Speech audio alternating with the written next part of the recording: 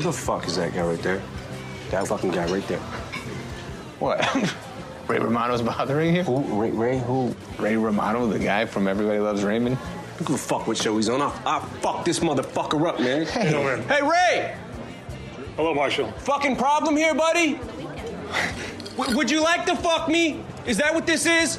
I don't get it, man. What's going on? Would you like me to fucking bend over for you right now? No. No, man.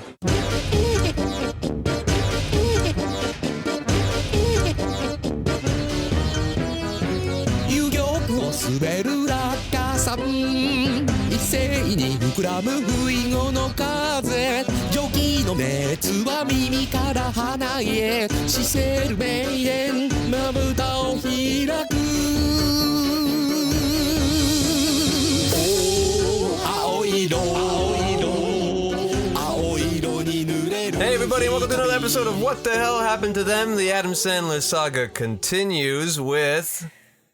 Funny people. Remix!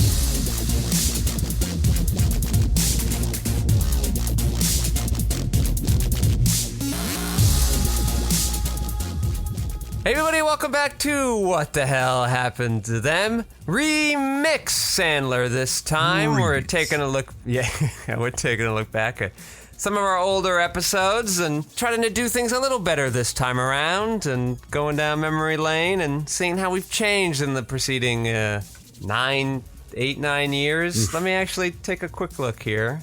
We last watched this movie, Joe, in September of 2016. Wow. 8 full years ago did we watch and record about funny people. A lot certainly has changed in our lives then. It's true. Joining me on the line is cancer-ridden merman, Joe Vekeman. Jesus Christ, why would you put that on me? And on the audio voices, Love Fan Rensselaer, reminding me to remind you that you can email the cast at whathappenedtothemcast@gmail.com. And while this is not our first time watching the show, for people whose first time this is... Man, that syntax is going to come out great. What happens in the movie Funny People? Oh, yeah. Let me try to figure out how to summarize this fucking plot. Well, when seasoned comedian George Simmons learns of his terminal inoperable health condition, his desire to form a genuine friendship causes him to take a relatively green performer under his wing as his opening act. That is the first 50 minutes of the movie. Yep, that is the classic Judd Apatow. One movie, suddenly another movie. All right. Scrolling down. George also contemplates reconnecting with his old girlfriend, former actress Laura, the one he believes got away. Their breakup 12 years ago because of his infidelity. Laura is now married to Clark, an Aussie businessman who is often away on business in China. They have 2 adolescent daughters. George eventually learns that Laura is unhappy in her marriage, in part because of Clark's absences and what she believes is also his infidelity. George and Laura do reconnect as she finds out about his dire diagnosis. George's relationship with both Laura and Aoiro may be affected by the ups and downs in his life prognosis. I'm sorry, I fell asleep there for a moment. Is the summary over? It's a long movie that he put out an extended edition on the Blu-ray. I can't believe there's which more I watched. Movie? There's more. I watched the 2-hour, 35-minute version of the movie. God. Very long. He had a lot to say, but he also was like, I want 2 movies in one. That's every Judd Apatow movie. It's every Judd. Even his opening teaser was aggressively long. Like, just trim it, man. Oh, what do you mean, the video? Yeah. Like the real home video? Yeah, the Sandler. Yeah, that's real. I know it's real. It was like 3.5 minutes. I'm like, I got funny. it. I'm ready to move on. It's funny. It was funny initially, and then it just kept going. I'm like, all right, I've gotten the joke. I'm ready to... I know I got 2 hours and 15 minutes more of this movie coming. Let's just go. That's very generous of you. It was 2 hours and 25 more minutes of this movie. Do you remember? Did you like the movie the first time around? Oh, yeah. I love the old podcast. I have not been able to listen to the old podcast. I'm sorry. But I remember liking it, and I probably defended it a little bit too much. And I have come to say I'm still going to defend this movie. I liked it even more. And wow. Really, what a weird time to be watching this movie in my life right now.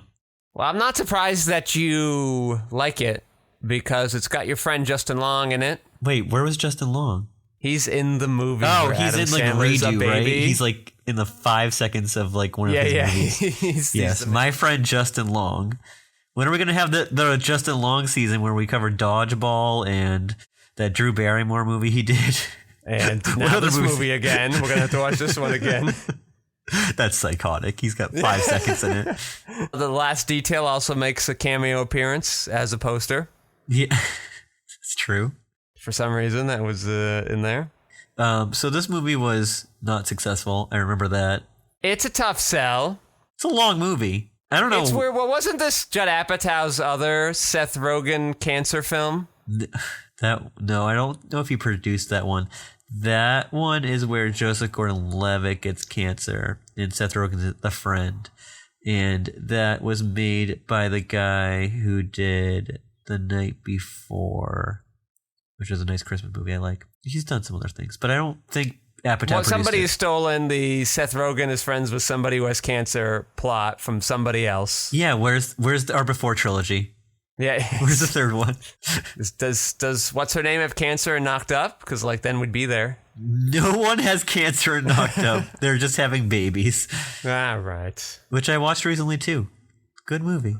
I'm trying to think of movies. Does anyone have cancer in Mario? Does Mario have like a plumbing cancer of sorts? So Donkey Kong is friends with Mario who has cancer. What a fucking idea for a children's movie.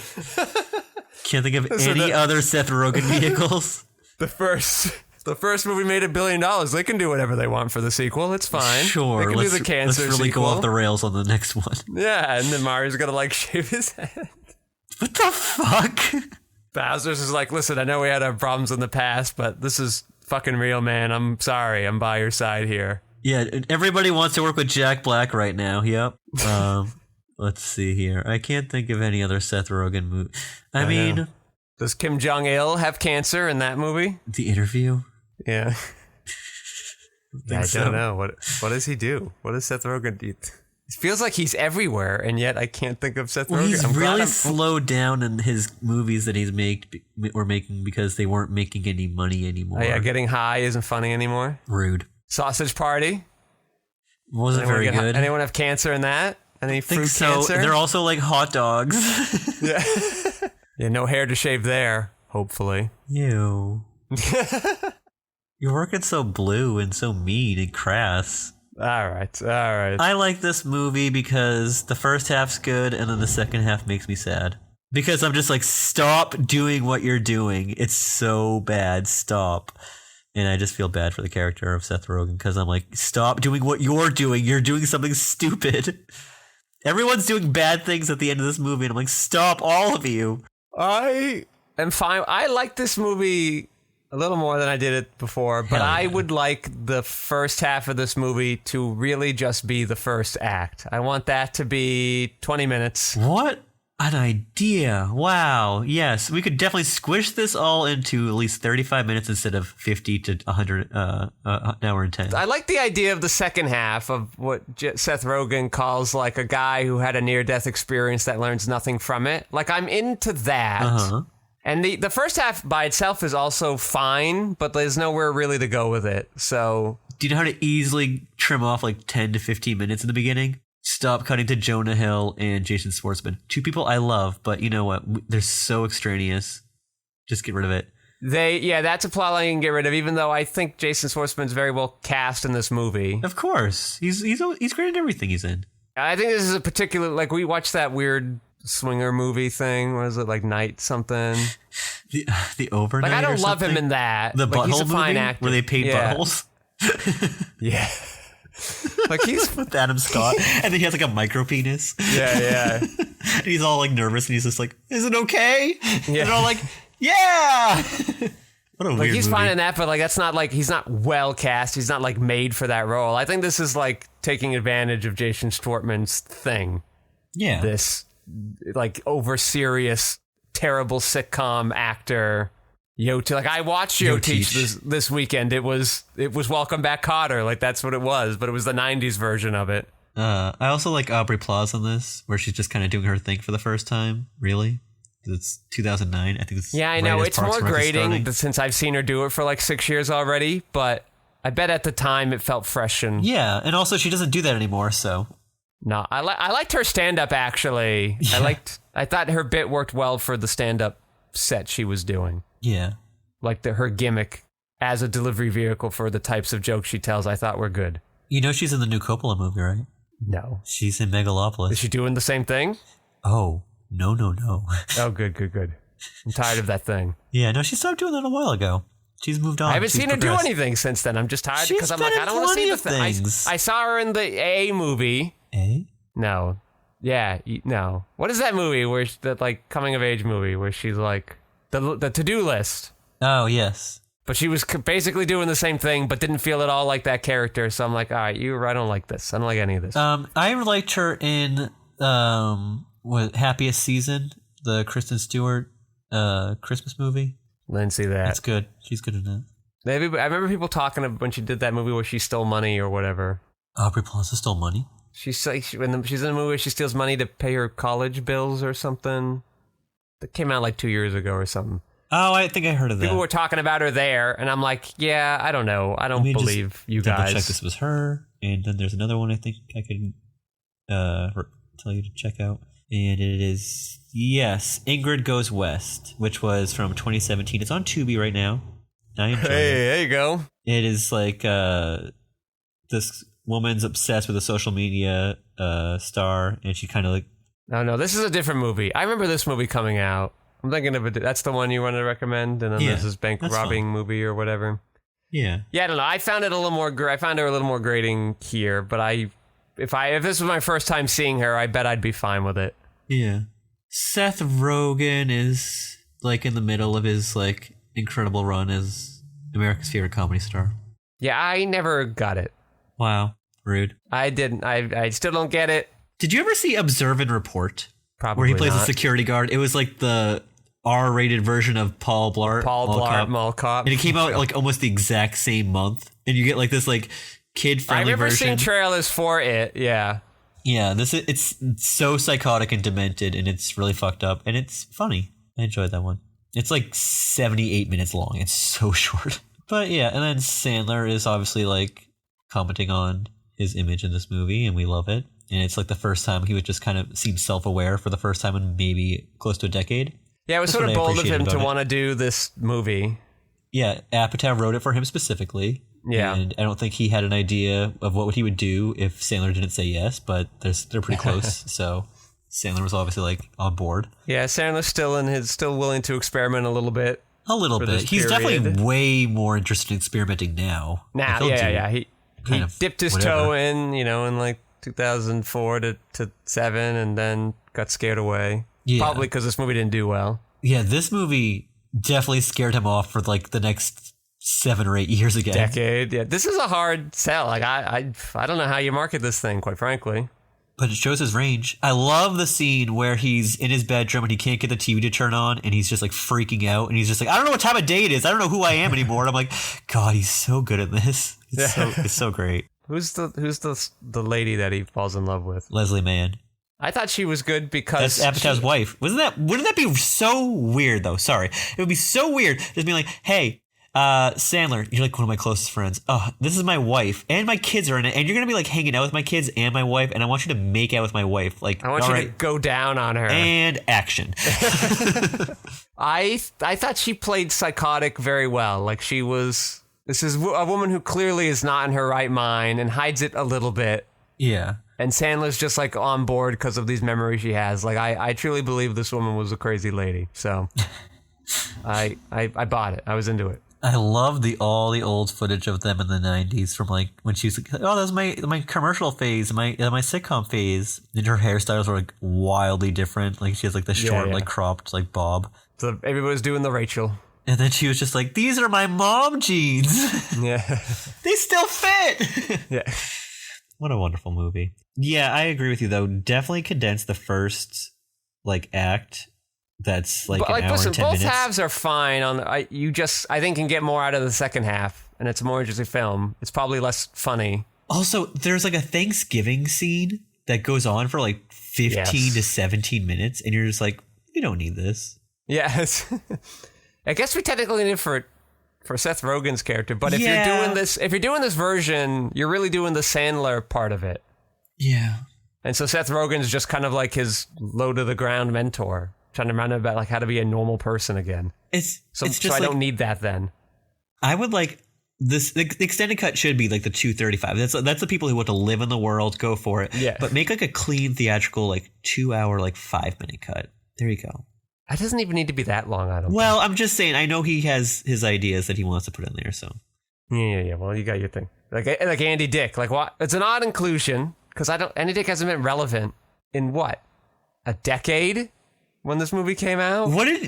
Yes, the number one Ray Romano fan in my life, when Ray Romano is talking with Eminem and they're just kind of going at it for like 3 minutes, and I'm like, are you in heaven or are you in hell?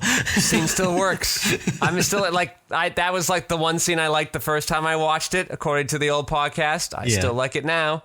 Hey, Marshall. Yeah. And Eminem just like goes down his throat. Seth Rogen's like, I thought everybody loved you. What's going on? No, but Eminem's interesting because he's like the one celebrity that's not a comedian in this movie. No, but he shows up in the interview too. Yeah, it's an odd inclusion. But two, he takes on like the mentor role and he's like, all right, well, you've made it through this, but like now what? Like you should have died. Yeah, it's such a great little, like, it is a good turn for the movie to take. Yeah, like Eminem, I think is one of the best parts of the movie, and I think the thing he pivots the movie on, I think, is well worth it. He's explicitly stating it, but whatever, it's a comedy. Like, subtext only gets you so far. Yeah, Eminem's great. Who else did I like for cameos? Oh, there's a scene with another like non-comedian actress who just plays like the J-Date girl, and she's been in like tons of stuff. She's in Mad Men for like a season arc. She's in Sons of Anarchy. It's like one of the main characters in that show. She's great, and it's just like, oh, it was just nice to see her. I don't remember her name. I can look it up. But she's just has this like kind of like, who do you think you are talking to me like that? And Sandler's just like kind of like put in his place. Yeah, probably stands out. Do you think the German doctor he has, was that the same guy from The Do-Over? Probably. They're probably friends. Yeah, exactly. And Sandler's like, we need a weird German dude. Who was that guy from that movie I did? Let's get that guy back. Weird. Who's that guy from 10 years ago? Let's look at that guy. He's got such a face. Yeah. Yeah, such a presence. Oh, Maggie Siff plays Rachel, is who I was talking about. She's been in lots of stuff. Anyways, who's this guy? What is his name? Giant German guy. Really? Make it harder for me to find him? How can I miss him? He's so big. Oh yeah, Norm Macdonald's in it. How'd you like Norm in it? Huh? The briefest of cameos. Uh-huh. But it was a good joke. The one joke he got in there, it was good. We have both the Apatow daughters in this, Maud and Iris, basically playing themselves. I can't believe Judd Apatow gave his kids old woman names. Maud and Ingrid. Maud and Ira. He's like, yeah, what if we gave birth to 90-year-old women? This is what we would name them. Well, his name's Judd and his wife's name is Leslie. I don't know. Leslie's a very reasonable name. Judd is unusual, but like not an old. I don't hear that name and think of old men. Whatever. Judd Nelson. He's not my prototypical old man. Judd, yeah, not Judd Reinhold. No. Yeah, not just Judge. Don't be a Patrick. Or don't be a Joe and mix up John Ashton and John Saxton. Never gonna let it go. That feels reasonable, though. I don't know. Torsten Vogt. Oh, he's in The Big Lebowski. He is in The Do-Over. He's also in Deuce Bigalow. Torsten Vogt. What a great, intimidating German name. Torsten Vogt. What a face. Oof. He's been in a few Rob Zombie movies. Go figure. That's kind of about it. He's in a Nicolas Cage he made movie called work. 8mm. Watch that movie, Patrick. Watch 8mm. 8mm, the Joel Schumacher movie starring Nicolas Cage, Joaquin Phoenix, James Gandolfini. I was thinking of the other one. What's the other one with the guy who remakes everything? Oh, you're thinking of Super 8. Okay, there we go. With you picked up on that real quick. I didn't give you a lot to work with, but you were ready to go. Yeah, I saw that movie and I liked it when it first came out and have not watched it since. Remember there was an interesting train sequence in it. That's about it. Well, you want to know how this movie's old, Joe?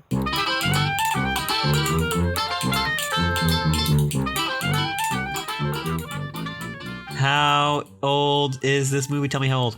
How is it old? Well, the WB is still a network. Wow. He's going to be rude.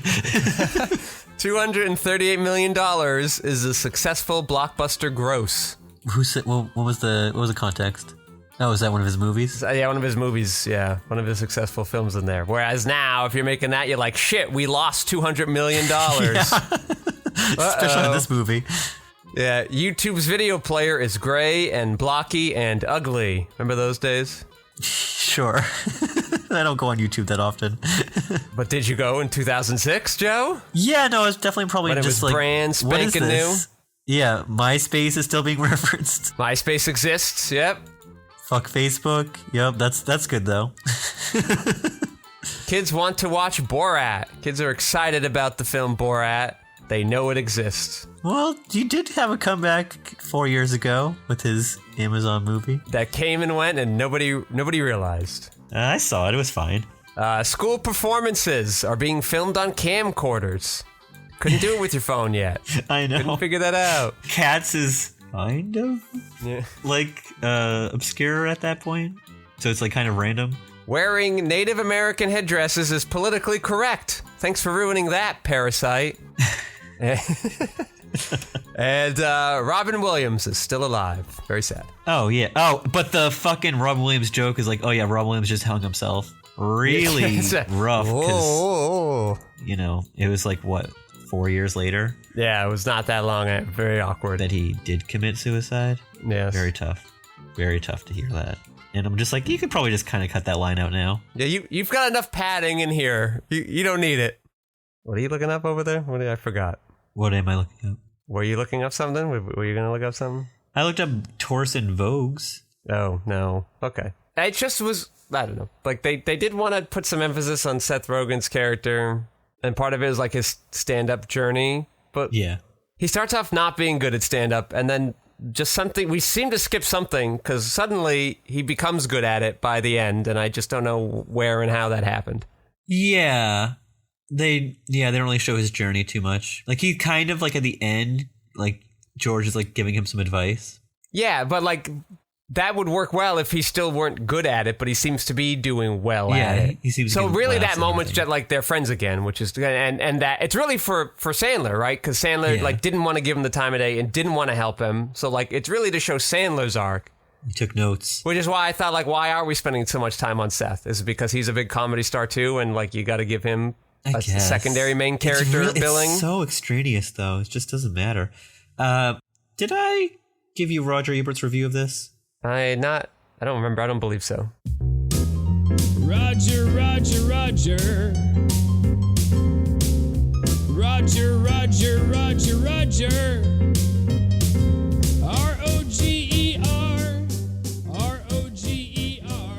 All right. Well, I'll tell you. Roger Ebert of the Chicago Sun-Times awarded the film 3.5 out of 4 stars, calling it a real movie. What a dick.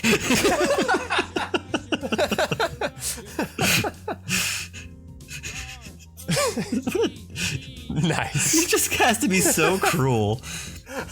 That means carefully written dialogue and carefully placed supporting performances, and it's about something. He's always going to be like biting with his criticism. It could have easily been a formula film, but George Simmons learns and changes during his ordeal, and we empathize. It is the highest rating Roger Ebert ever gave an Adam Sandler film, tied with his review for Punch Drunk Love. Sad that Ebert missed the Sandler songs that were in them right now. Oh, he would have been so fucking pleased with Uncut Gems. He would have been like, this is loud and obnoxious, but this is what Sandler should have been doing a long time ago. We might have got him for Hubie Halloween, I think. I think that could have charmed him. I think so, too. I still love it. Yeah. One of my faves. Where do I have Hubie? It's ranked so high. I think it's a top 5 or 6 film of mine, too. Hell yeah. Well, it's number 6 for me. Yeah. I'll check out what you got it. What else do we want to talk about with this one? No, I guess that's like the main thing. Like you're advertising it as an Adam Sandler film. So why am I spending 5 for you? 5? Look at that. Why am I spending so much time with Seth Rogen? Like I didn't come for Seth Rogen. I know he's on the poster, but Adam Sandler's front and center. I want him. That's true. He is front and center. He's in between Leslie Mann and Seth Rogen. I find it interesting that Adam Sandler's like 2 big early is in quotes career drama roles are just alternate versions of himself. Yep. Right? PTA wants to make his version of the Adam Sandler comedy, and Judd here wants to make a fictionalized version of Adam Sandler having cancer. Yep. So it's a good way to like lure him out of his usual comedy pastiche. And he's like, you know what? Fuck it. I'll play myself in Grown Ups. Let's go do that next. He does play himself in Grown Ups and just hangs out with his friends and has a great time. Hangs out with his pals. He's on the other side of the camera in this Hollywood career. He's like, hey, we're not going to go anywhere crazy because I'm bringing all my pals. So we won't go to like Hawaii or Africa or like any place crazy. Let's just go to like a cabin in Maine. In the woods? Yeah. That's good enough for these guys. These 4 little rascals. Okay, I'm pulling up my Letterboxd list now. Maybe I will move this. Oh, funny people? This in positions. It's moving? I might. I gotta see where it is. I definitely moved it up 2 this time I watched it. Because it went from a 4-star movie to a 5-star movie for me. And I'll tell you, I recognize things that are wrong with it. I said, this movie is wildly uneven and messy as hell, but it just hits different. I have Funny People ranked at number 10. What is this, Psycho? Yeah, it's certainly not there. I mean, I have it at 29. Wow, that's low. I bet I'll move it up. I bet I like it more than Pixels and Little Nicky. I hope so. Airheads. Oh, do I like Airheads. it more than Grown Ups 2? Grown Ups 2, ranked at number 19 on mine. And I love Grown Ups 2. I should move that up a bit. But what would it go over? I love all these other ones. I don't know. So I'm currently having it at 26. I don't have any stars because I watched it before we had Letterboxd. Before I had a smartphone was when I watched this movie. So I don't know what stars I would give it. Do I like it more than 50? Some of this is hard because some of these movies I haven't, like, we didn't watch 50 First Dates again. So, like, how much do I like that movie? Where did I put that? And the other part of it is Funny People is so long.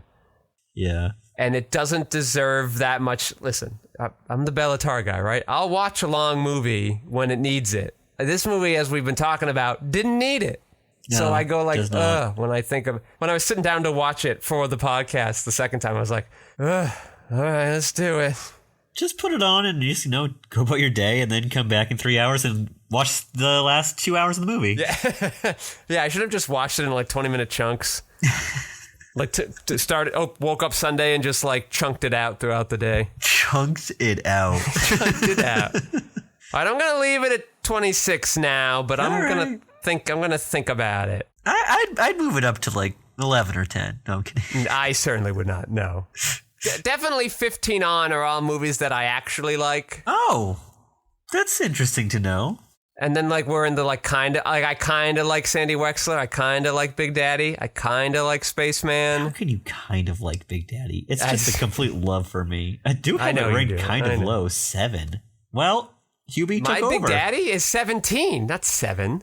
No, mine is. Oh, yours is 7. Well, Joe, he's just got so many good films. You can't My fit them all in top there. 10, Billy Madison, Punch Drunk Love, Happy Gilmore, Uncut Gems, The Waterboy, Hubie Halloween, Big Daddy, Jack and Jill, The Meyerowitz Stories, Funny People. Followed by Click. All right, I've got Waterboy, Punch Drunk Love, Uncut Gems, Billy Madison, Hubie Halloween, Hustle, Blended, That's My Boy, You Don't Mess with the Zohan, and Murder Mystery. That's My Boy. You are fucking psycho. That is psycho behavior. I am worried about us revisiting it. That's My Boy is what? Where is it on mine? 39. Wow, that movie was funny, if I remember correctly. 1 star watched on 1 star. March 23rd, 2022.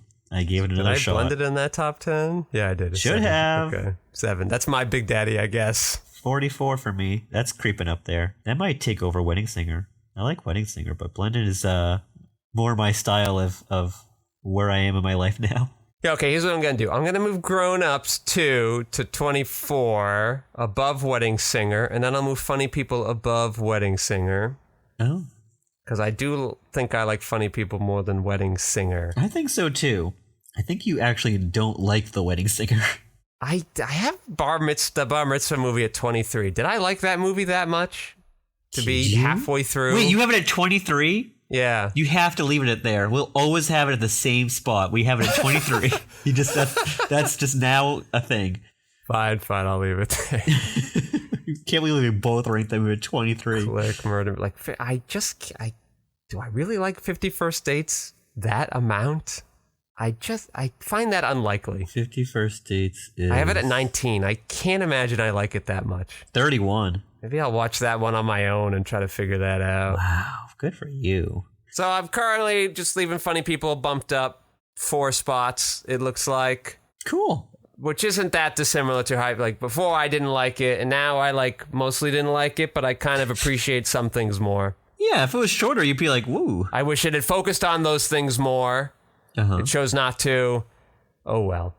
I'm not in those development meetings. I wonder if next time you watch it, it will focus on those things more. Isn't it weird how that happens? Kidding. All right. So, Joe, you looking back 8 years, lots changed for you. Does that affect your outlook on this movie at all? Your family life and everything? I would say this summer has changed my outlook on this movie. Yeah. Yeah, for me, I don't know. I think it was... My life changes didn't affect how I perceive this movie, but what I want from film allowed me to enjoy the second half more. Yeah. I just wanted that to be more of the movie. Because that dynamic I find very interesting. Yes. I pray that because like a regular movie would want us for them to get back together, and this movie's like, no, that's insane. Yeah. Because these people aren't healthy. And like that is interesting to me. I really wanted a lot of that. I got half of that. I would pray that no one would ever have to actually, in real life, experience the second half of this movie. Yes, okay, Joe. And then, lastly, that seems like a good place to end it there with our look back. All right, Joe, you have any last looks on the movie in general? Sandman, always appreciated this movie when I was younger. Even when I watched this when it came out in theaters, 19 years old, like, oh, this is weird. My guy, he's back. And then after this, he was like totally not back for me. But you know what?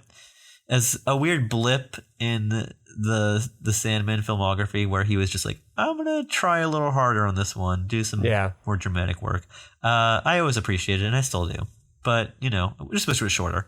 He's not even, I wouldn't say he's trying harder. Like, that was what was so great about this role is he got to just do his thing. It just was a different type of role for him. So he had to take the risk of being like, is this a persona I want to adopt in the public eye? Very true. Why is Adam Sandler do this movie? Well, why does he? I guess he must have some respect for Judd Apatow, right? A big comedy guy at that time. They're very friends, yeah. So he's willing to do this. It's willing to have that examination in his life. I think that's very bold. But also he's in that risk-taking mode of his career. It's like, the Punch Drunk Love, I got some good reviews. Reign Over Me was a movie that existed.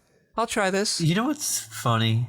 I'm just realizing this as we're covering 2 other comedy stars right now on our feed who rarely took interesting risks and just kind of fell back into their old comedy mode when things didn't work out. Look where they are now. Look where they are now. That's what Sandler's about to do right now. What do you mean? Well, because what's his next film? Grown Ups? No, what are you talking about? Yeah. Funny People, and then he goes right to Grown Ups. Oh, I thought you meant, okay, so in this timeline, but like Sandler's... Like, I like that now in the Sandler sense. Sandler is deciding to take risks, and it's paying off, and it's great. Like, Jim Carrey tries to do the serious stuff, and it backfires, so then he does the stupid stuff again. Well, Adam Sandler tried to do the serious stuff. It kind of backfired eventually, and then he did Grown Ups and Pixels and Ridiculous Sick, so it was just nice that somebody else finally got him to go at it again, playing on his love of basketball and being Jewish. Oh, shit. So, he's got a weird year coming up. Okay, so we have his untitled Noah Baumbach movie, which is just... Oh, you mean this year, this current 2024? 2025? Yeah, well, I think that's coming out next year, actually. Okay. That movie, I think I've, as I previously have said to you, stars George Clooney, Adam Sandler, Laura Dern, Billy Crudup, Riley Keough, Jim Broadbent, Isla Fisher, and Greta Gerwig. Coming to Netflix sometime next year. Yeah, whenever. His other movie he's working on is Happy Gilmore 2. Yep. With himself, Christopher McDonald, Julie Bowen, and new stars, new to the cast, Nick Swardson, Benny Safdie, and Bad Bunny. The hell's Bad Bunny? Where is he from? Puerto Rico. He's a rapper. Okay, that's his rap name, Bad Bunny. Yes, his name is Benito Antonio Martinez Ocasio. He's done some wrestling. That's where I've seen him. Oh, he's done some acting too. He's a rapping wrestler? Yeah. Oh, he was in the Brad Pitt. Oh, you know what?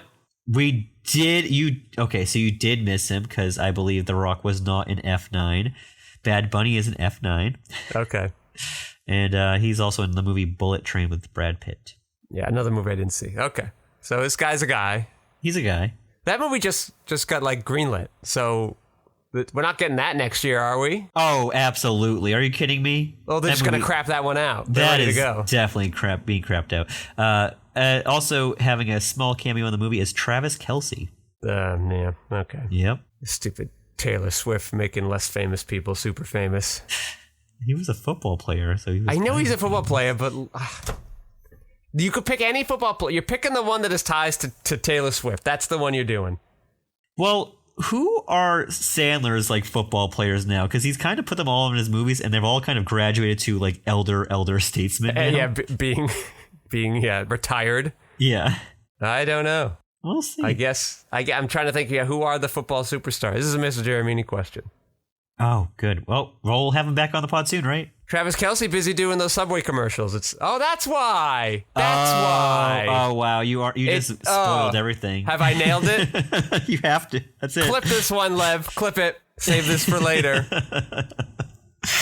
That's absolutely it. That's so funny. I walked into it. Let's do it. That would make so much sense. All right, I'd like to thank Lev Van Rensselaer for minding those audio boards and keeping us on so slippery smooth. I'd like to thank Joe Vekeman for stopping by.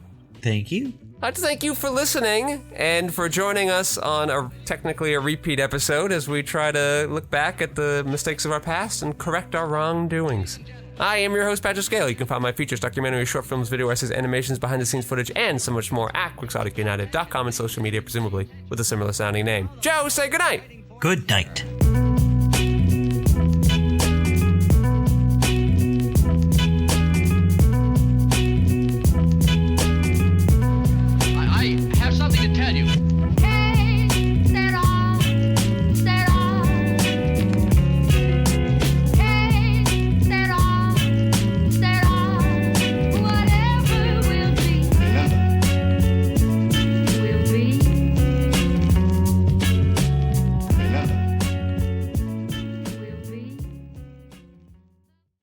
I still got the big spider in the backyard, Jim. Oh, yuck. And I think it's gotten bigger. It's like eaten so many bugs, it's now growing much larger. Oh, no. The spider, though, and I are like on a tenuous agreement, though. Like, the spider's like, all right, sun goes down, I'm making my web right in front of your back door, which is how you get to the garage. Huh. I'm like, well, spider, I gotta go outside and stuff. He goes, all right, don't worry, Patrick, because sun comes up. I'm gonna pull the web away. I'm gonna go hang out somewhere else for the day. And I was like, fine. I don't want to deal with you, so I don't have to touch you. You can have the night. I just won't go outside at all at night, or I have to be home before dusk so I can get there before the web is constructed. Oof. Otherwise, I gotta like sneak around the stairwell up, climb up, so I can avoid the gigantic web and the spider that dwells within it. Jeez. So there you go. That's the spider. I know we've all been waiting for the spider update. Well, that's what it is. The spider still owns my backyard at night. And it's getting more threatening by the day. There might be another spider hanging out at the bottom of the door, and that might be a poisonous one. I gotta figure that out. I'm in spider country over here. It's spider country. I need someone to help me get rid of all these spiders. I gotta call Spider-Man so we can Pied Piper them away. Spider-Man. Is that one of his powers? It's like a spider Pied Piper? A spied Piper? I think so. Well, missed opportunity. It is. Nah, we'll just do the movie. Wow. What? Just Hero Sandler here. What? He's my hero. Oh. There goes my hero, making all those jokes. Yeah. We'll do the movie.